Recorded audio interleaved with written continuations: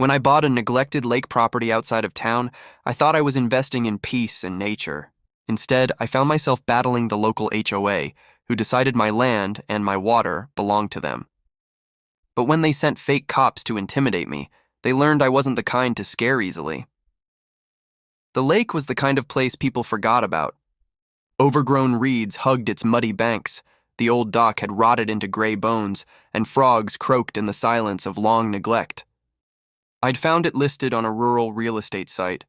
Private freshwater lake, 5 acres, disused fishing cabin, no HOA. The words "no HOA" were the deciding factor. After years of city noise and endless rules about what color my mailbox could be, I wanted freedom. I signed the papers within a week. The title was clean, the property taxes up to date, and the county confirmed the lake was privately owned and fully outside the nearby subdivision's HOA jurisdiction. When I arrived with my truck and a week's worth of supplies, the locals at the small-town diner warned me. "You're buying that lake, huh? You're near Maple Shores. Be careful. Their HOA thinks they own half the county." I laughed it off. I'd dealt with entitled neighbors before. The first few days were bliss. I cleaned up the cabin, patched the dock, and spent long mornings watching the sunrise over the misty water. But peace, it turns out, has a short shelf life when an HOA is nearby. On the 4th morning, a woman in a beige SUV pulled up. She stepped out wearing an oversized sun hat and that unmistakable HOA scowl. "Excuse me," she called, marching right up to me. "This area is private property, Maple Shores property." I looked around, amused. "Really?" "Because the deed in my truck says otherwise." She frowned, clutching a clipboard like a badge. "Maple Shores HOA maintains this lake for community recreation. You can't just show up here and claim ownership." I smiled politely. "Well, I didn't show up, I bought it." "From the county, legally," her expression flickered. "That's impossible. This lake belongs to the residents." "It's part of our covenant," I shook my head. "No, ma'am. Your covenant ends at the tree line." She turned red, then purple. "This isn't over," she hissed before storming off, dust kicking up behind her SUV. That evening, I found a letter nailed to my cabin door, an official notice from the Maple Shores HOA demanding that I vacate the lake premises pending review. It wasn't even signed by a legal authority, just Karen Williams, HOA president. I ignored it, but 2 nights later, headlights swept across my yard. A black SUV stopped near my dock. 2 men in uniform stepped out, badges glinting faintly in the dark. "Sir," one of them said, "we're here on behalf of Maple Shores Security. We need to verify your right to occupy this property." Maple Shores Security? Something about their uniforms felt wrong. Their badges looked cheap, and neither of them carried official name tags. My instincts kicked in.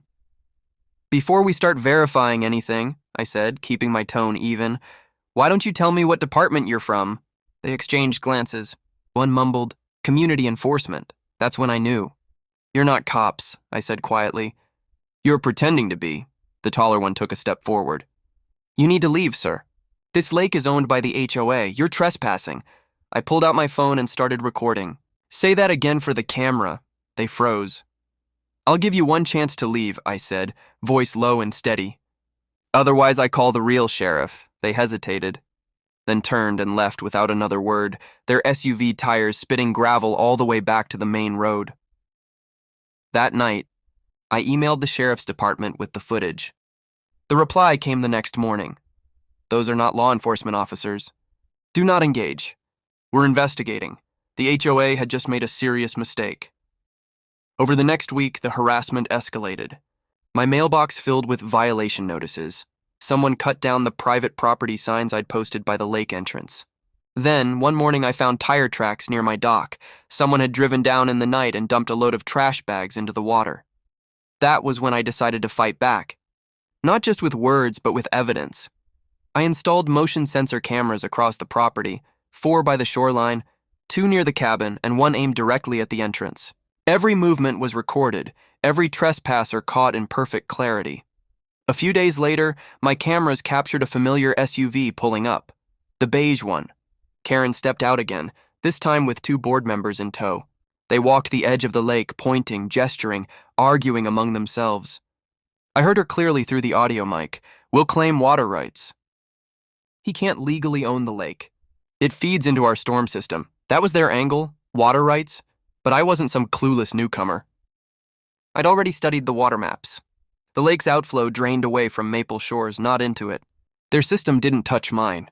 So when Karen filed a complaint with the county claiming I was illegally diverting community water, the inspector who showed up ended up laughing. "Sir," he said after reviewing the site, "this water's entirely yours. If anything, they're encroaching on you." I handed him a copy of the fake security report from the men who'd come pretending to be cops. His eyebrows shot up. "This is serious. Impersonating law enforcement is a felony." He took a statement and promised to forward it to the sheriff's office. That night, I sat on my porch, the lake calm under the moonlight, waiting. I knew Karen wouldn't take this lying down. Sure enough, at 11:47 p.m., a dark SUV crept back along the road.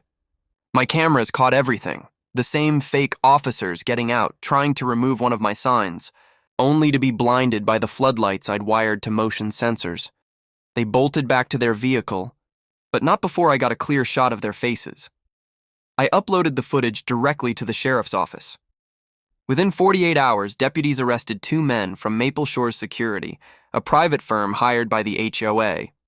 Turns out, Karen had ordered them to intimidate me into leaving, telling them I was an illegal squatter. The sheriff himself came out to see me after the arrests. "You've stirred up a hornet's nest," he said with a grin, "but you handled it right." They're in deep trouble. The next week, the news spread like wildfire. Local HOA president accused of sending fake police to harass homeowner. The headline made me laugh out loud. Karen's empire started to crumble. The county issued her a cease and desist order, and the HOA board voted to suspend her pending investigation. But she wasn't done. Not yet. When power-hungry people lose control, they don't quit. They scheme. The last straw came 2 weeks later. I woke up to the sound of rushing water. At first, I thought it was rain, but when I stepped outside, I saw it, muddy water pouring down from the direction of Maple Shores, flooding through the drainage ditch into my property. Someone had opened their storm gate deliberately, releasing water from their retention pond straight toward my land. The edge of my dock was already underwater. It was sabotage. I called the sheriff immediately. By the time deputies arrived, the water level had risen another foot. Karen showed up too, feigning innocence. "Oh, what a tragedy," she said, hand over her heart. "Looks like his little private lake couldn't handle community runoff." The deputy glared at her. "We already checked, ma'am." "That gate wasn't supposed to be open," she shrugged, smiling. "Accidents happen, but I had proof, again. My upstream camera had caught HOA maintenance workers opening the gate at 3 a.m., laughing about teaching him a lesson. When the deputies saw the footage, their patience snapped. "Karen Williams, you're coming with us," one said flatly. Her jaw dropped. "What? You can't arrest me." "I'm the HOA president." "Not anymore," he said. "You're under investigation for conspiracy and property damage." They led her away in cuffs, her shouts echoing across the water. It took me 2 months to restore the lake again. The county helped, even offering compensation for the damage. The sheriff's department used the case as a warning to other HOAs about overstepping legal boundaries. And me? I rebuilt stronger. I replaced the old dock with a new cedar one, built a fire pit by the water, and posted a new sign at the entrance. Private property. Trespassers will be recorded and reported. HOA claims not accepted. A few months later, I ran into one of the deputies at the diner. He chuckled as he sat down beside me. "You know, that Karen lady's still insisting the lake was hers. Says she managed it for the community good." I grinned. "Yeah, well, the community didn't own the deed," he laughed. "You really gave her a reality check." Now every morning I sit on the dock with my coffee, the surface of the water smooth as glass. The only ripples are from the fish jumping near the reeds. The HOA has left me alone, their new board quietly distancing themselves from Karen's mess.